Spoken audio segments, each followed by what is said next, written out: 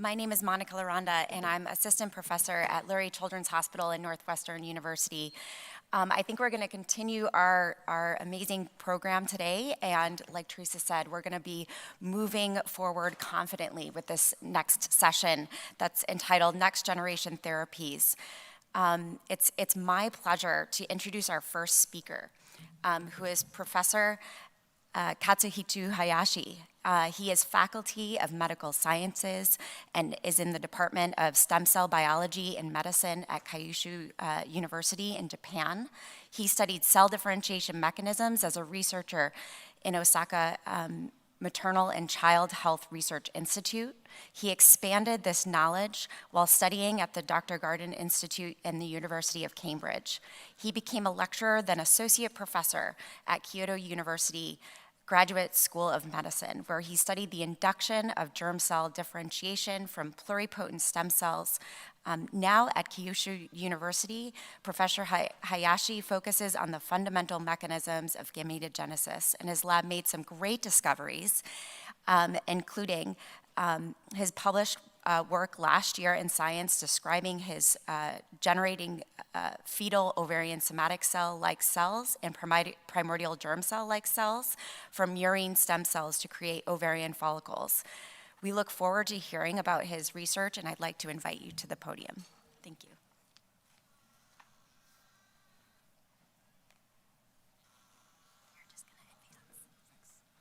Thank you, Monica, for a very kind introduction. And I'd like to thank all of the organizers, especially Kyle, my friends, for inviting me to this meeting. So I'm very happy to be here, not only because I like the Pittsburgh, but also actually by some reason my daughter likes the penguins.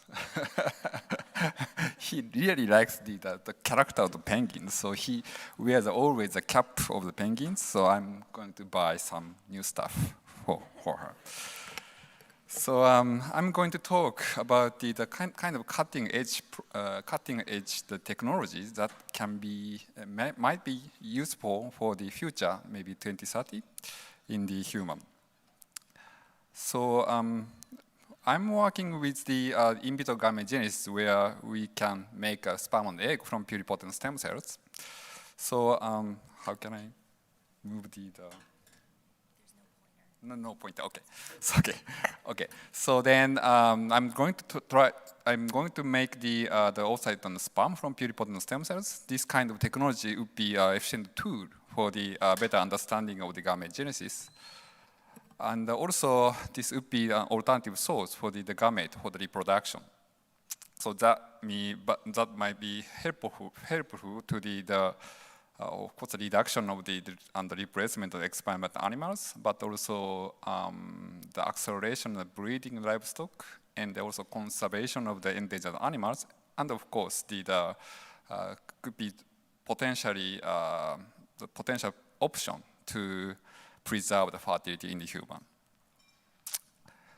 So how this slide actually shows how the pluripotent stem cells or pluripotent cells going to the sperm and egg. So in the left, so pluripotent cells in the blasts going to the epiblast, which is also the pluripotent cells, then give rise to the primordial germ cells. That is the origin of the sperm and egg. While the PGC primordial germ cells are how can I say, is formed in the extraembryonic region, then they migrate to the gonad, where they undergo the sex-dependent differentiation into sperm in the male and the oocyte in the female. So to reconstitute this kind of the process by pluripotent stem cells, we almost 10 years ago, we developed culture systems that produce primordial germ cells from pluripotent stem cells. So as you can see here, the ES cells can grow up, can proliferate while keeping pluripotency. But once they change the culture condition, they change the morphology and the proliferation rate, as you can see here. Then upon the stimulation of the appropriate set of the cytokines, you can see the primordial germ cell differentiation. Those primordial germ cells like cells, PGC-LC, are the functional, because when they are transplanted into testes, they give rise to the functional sperm, and then when they are transplanted into the ovary with the gonadal somatic cells that support oogenesis, they give rise to the functional oocytes. This is the story in the mouse. So then we try to reproduce all of the process entirely in the culture by using pluripotent stem cells. What we did is we deaggregate the primordial germ cell-like cells with the embryonic E12.5 ovarian somatic cells that can give the signal to the PGC to make the oocyte. So this is kind of the ovarian organoid. So, and then following the 3 periods of the culture, you see the PGC differentiated into the primary oocytes, then give rise to the mature oocytes. Then they resume the meiosis upon the stimulation of the appropriate set of hormones. Those are the functional as they when they use for the IVF. Almost half of them get fertilized, and half of them give rise to 2-cell stage embryos. By transplantation of these 2-cell stage embryos into the surrogate mother, they give rise to the pups. Then those pups give rise to the fertile adult. However, the efficiency of the making the pups is really low. In this case, only 3.5% of the transferred embryos give rise to the pups. So it's more or less like 20 times less efficiency than the usual IVF we use the embryos from in vivo.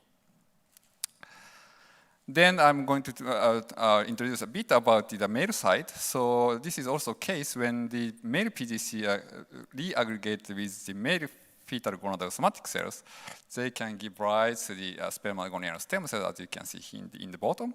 So in the upper side, you see the formation of semifenal tubules that have the germ cells in the green.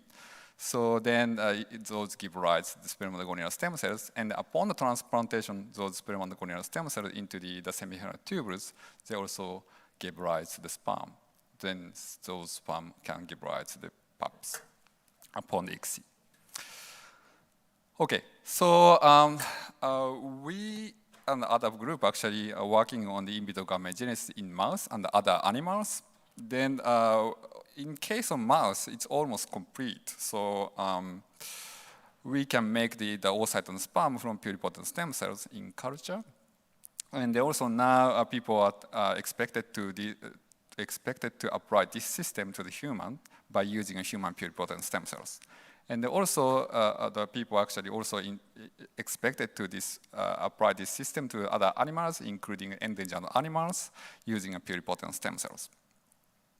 However, there is a big problem with the system, that is the usage of the embryonic tissues. That is really difficult to get not only human but also endangered animals, for example. So next work of us is to produce such a gonadal somatic cells from pluripotent stem cells, so that we can make the oocyte only from pluripotent stem cells, but not using the embryonic tissues. So aim of this research is to reconstitute ovarian follicles without embryonic tissues. So to make such a gonadal somatic cells from pluripotent stem cells, we need a kind of knowledge on the development and biology, how the embryonic gonad can differentiate it from the pluripotent cells. So this shows the cell lineage and the markers toward gonadal somatic cells. So gonadal somatic cells are derived from nascent mesoderm, and through the intermediate mesoderm and ceramic epithelium at genital-rich region, and they give rise to the gonad. So there is marker genes, especially for your better understanding, I would like to emphasize that these 3 markers, that is the OSR1, that is the marker of the intermediate mesoderm, and the GATA4, that is the marker of the ceramic epithelium at genital-rich region, and the NR5A1, that is the marker of the gonad. So to make a long story short, I will show you the answer.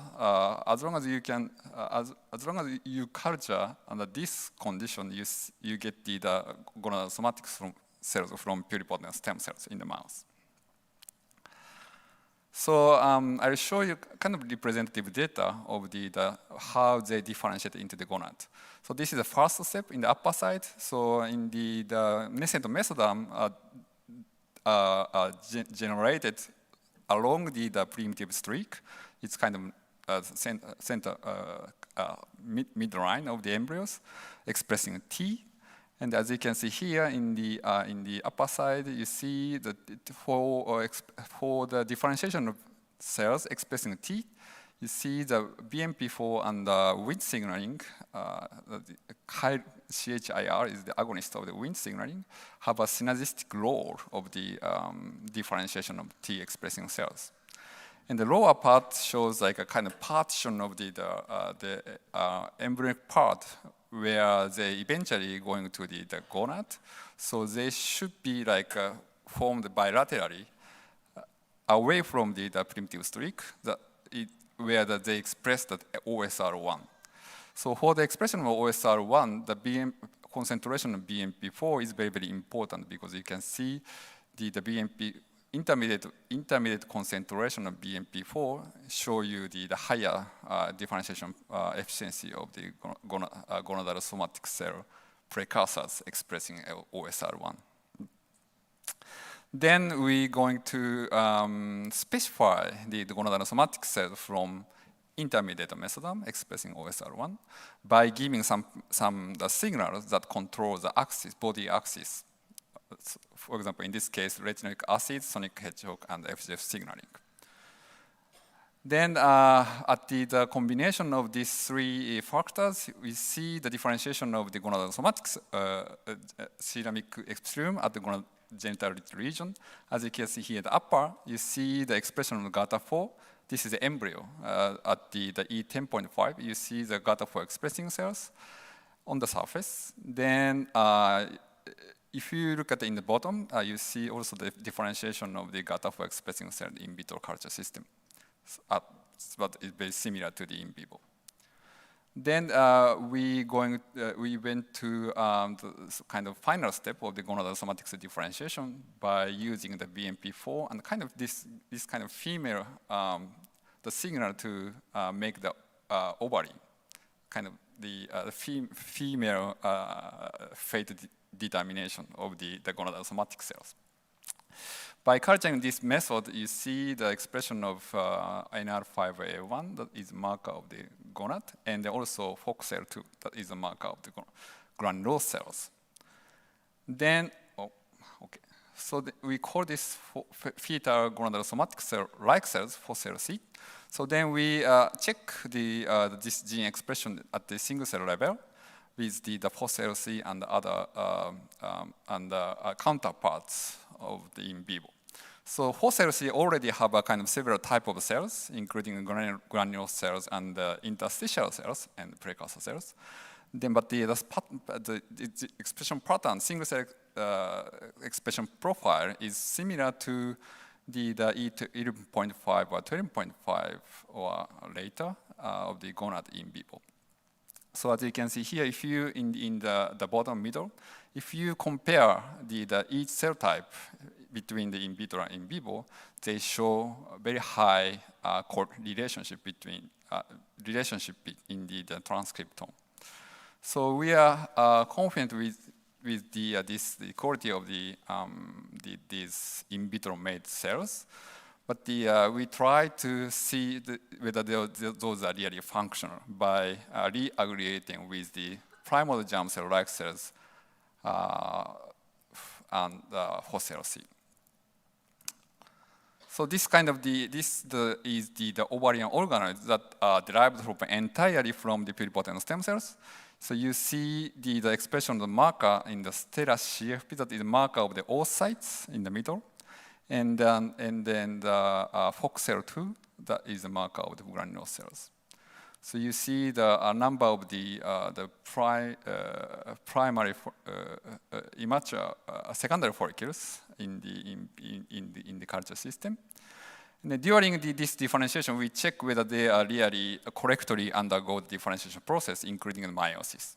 So as you can see in the top, so the first step is that they should proliferate in the ovarian organoid. Then indeed they proliferate. Then they need to go enter the meiosis. So then, as you can see in this, in the second row, you see the expression of SYCP3. That is a marker of the meiosis. Then they form the individual structure of the follicles, as you can see here in the bottom. Then we went to the maturation culture to see whether they get matured.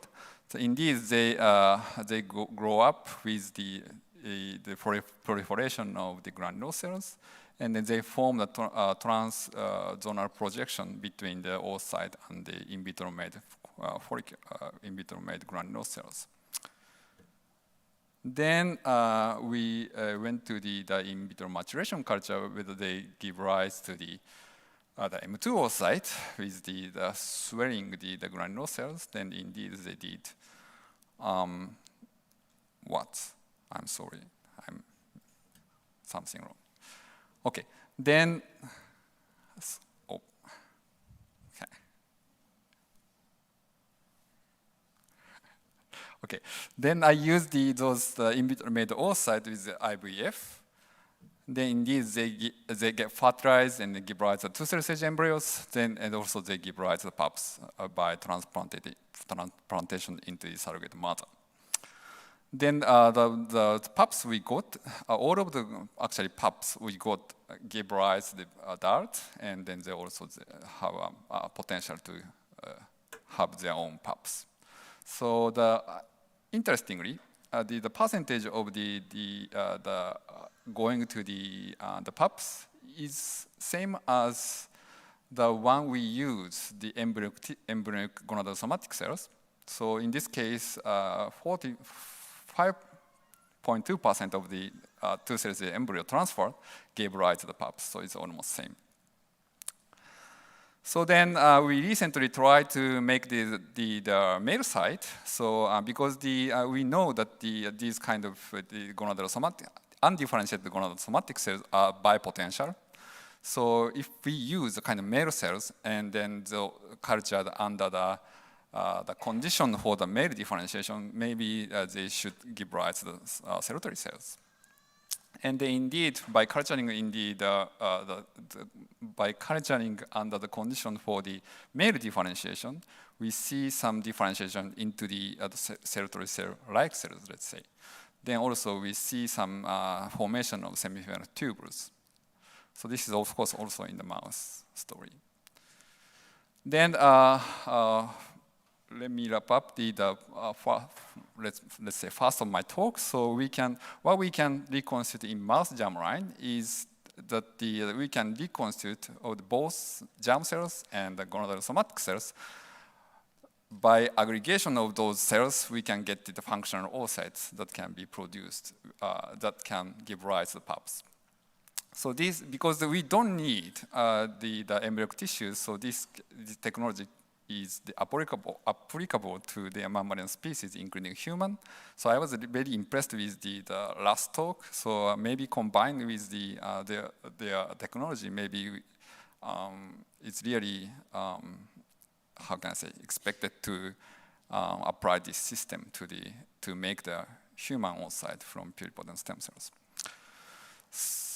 Okay, so, and also this system would be a useful platform to investigate oocyte-soma interaction. That would be very complicated. And also, we can see some mechanism underlying the gonadosomatic gonadal differentiation, including sex determination. But of course, I need to confess about the dark side of the in vitro gametogenesis. So first, the efficiency of the making pups is very, very low. As I said, it's almost like 20 times less in efficiency than when we use in vivo oocytes. So only 3.5% or 5.2% of these transferred embryos give rise to pups. Then we looked at some abnormality in the gene expression. The mitochondrial DNA copy is very low. It's almost half of the mitochondrial DNA copy number in the in vitro made oocyte compared to the in vivo oocytes. And then also there is the higher number of the aneuploidy. And then also I found that the in vitro made oocytes are very fragile.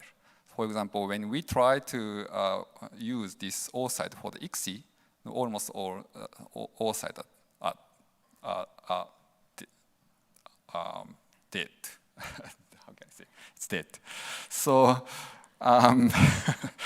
then actually I found something interesting in especially we found some point we need to define. So for example, this shows the gene expression change in during this in vitro made oocyte.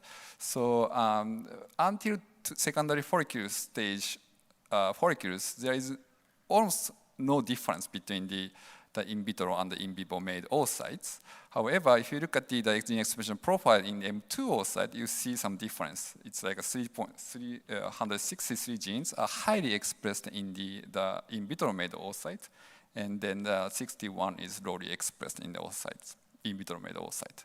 If you look at the context of the gene expression profile, you see this 363 gene should be downregulated in the oocyte during the maturation in vivo.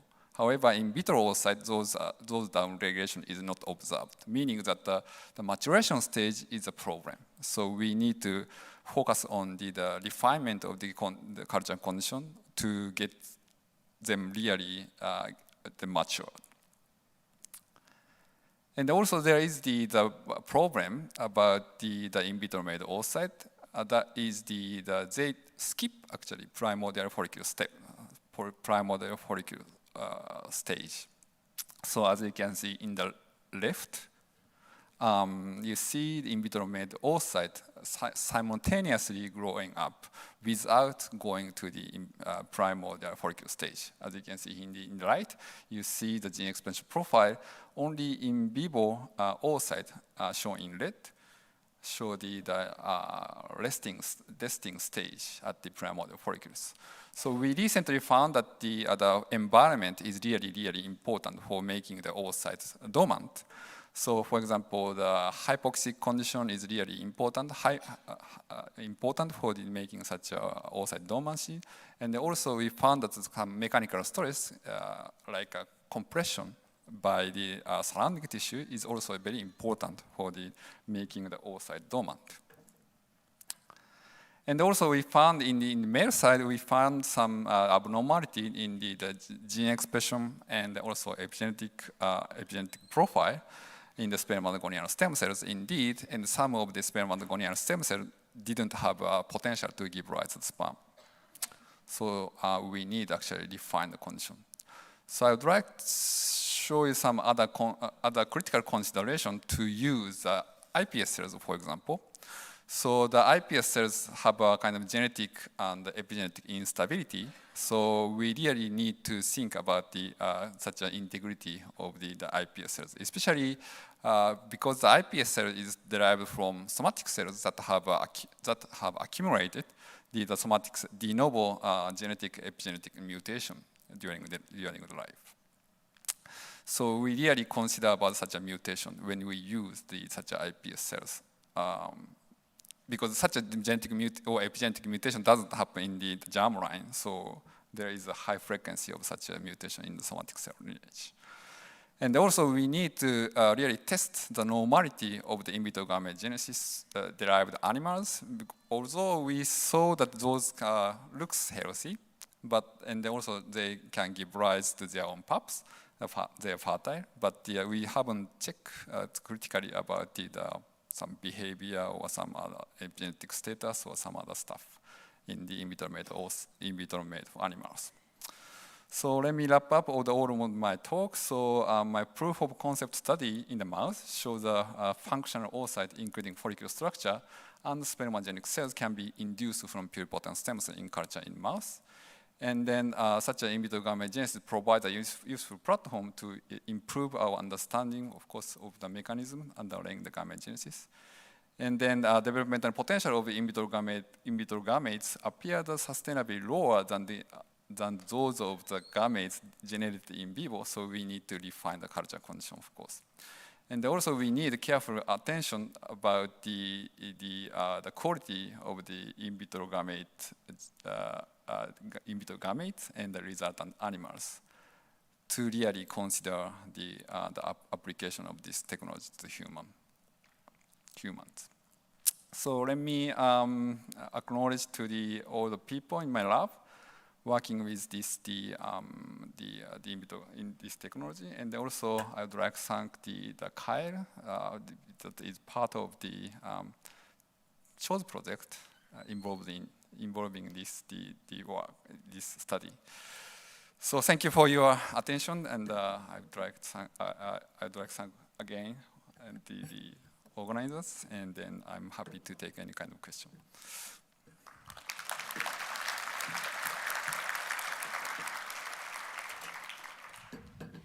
We do have a few minutes for questions if you'd like to make your way to the mic.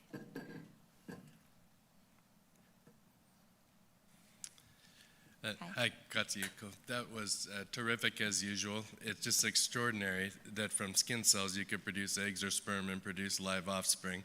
This is something 10 years ago that you were already beginning to envision, and in my mind it was a technology that was 30 or 40 years in the future. But what you presented today seems to indicate that we're getting closer and closer. Maybe the future is closer than we think, maybe 2030, as you said. But I also appreciated your comments that there are still many challenges that need to be overcome in order to faithfully produce eggs and sperm in a petri dish. And in one of your images, I saw what looked like deformed fetuses that happened during development. My question is, does fetal development arrest during pregnancy, or do you ever get live-born offspring that also have defects that look like unusual pups? Okay, so for the defect in the fetal stage, we see actually a lot of this deaths in the fetal stage, not only in the certain stage, but also many stages actually, including the implantation stage. So I think there is several the defect in the in vitro made gamete. But once they get birth, then all of them can give rise to the pups, give rise to the adult. So maybe the development is the most critical selection for the embryos. So, but of course, I need to more evaluate more critically about the animals that I got. Hi, so my name is Elizabeth. I'm a graduate student in Dr. Monica Laranda's lab. Fascinating talk. I'm quite interested in your finding of the lack of primordial follicles within these organoids, especially since we know that vascular development is incredibly important for retransplantation of these types of tissues, et cetera. Have you investigated vascular development within the organoids or within these different contexts? We haven't actually tested yet the kind of technology, but we are now trying to make the kind of ovarian cortex. That is, we need actually not only for the culture condition that I showed, like hypoxia and mechanical stress, but also we need some specific type of cells, as you know, the surface epithelium cells. So we somehow now found the good condition for the making such an ovarian surface. So we can deaggregate to make such an ovarian cortex. But the next problem, as you said, how to transplant them into the ovary, even in the mouse. So that's why I'm very fascinated with the Monica's work. So maybe by combining with such a technology or scaffold of the ovarian tissues, then we can achieve such a new technology to transplant and regeneration. Thank you very much. This is Shaw from Rutgers University. A very nice talk. I wonder, for you induced somatic cells, I did read your paper last year. You find some markers for the theca cell and also the granulosa cells. So did you try to collect the conditioned media when you do the in vitro culture and see whether they obtain the function of the Ovarian steroidogenesis, and also whether they can secrete inhibin or other peptide hormones such as AMH? At least in the gene expression level, we check the gene expression, but in the condition medium, in the previous work, my colleague actually found the secretion of the estrogen, but we haven't checked the kind of inhibin or other stuff. But at least in the gene expression level, we found such a gene expression.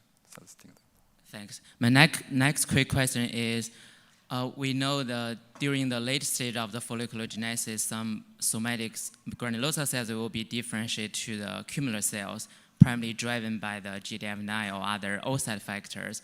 So did you see the formation of the cumulus oocyte complex? That's a really important point, actually. But I haven't checked such a differentiation of actually maturation of the granular cells. So that is really, really important. So yeah, I must check actually. But at least at the moment they are functional. So I think there is some somehow a differentiation into such a differentiation and the maturation of such a granular cells to make the oocyte. Thank you. Thank you very much.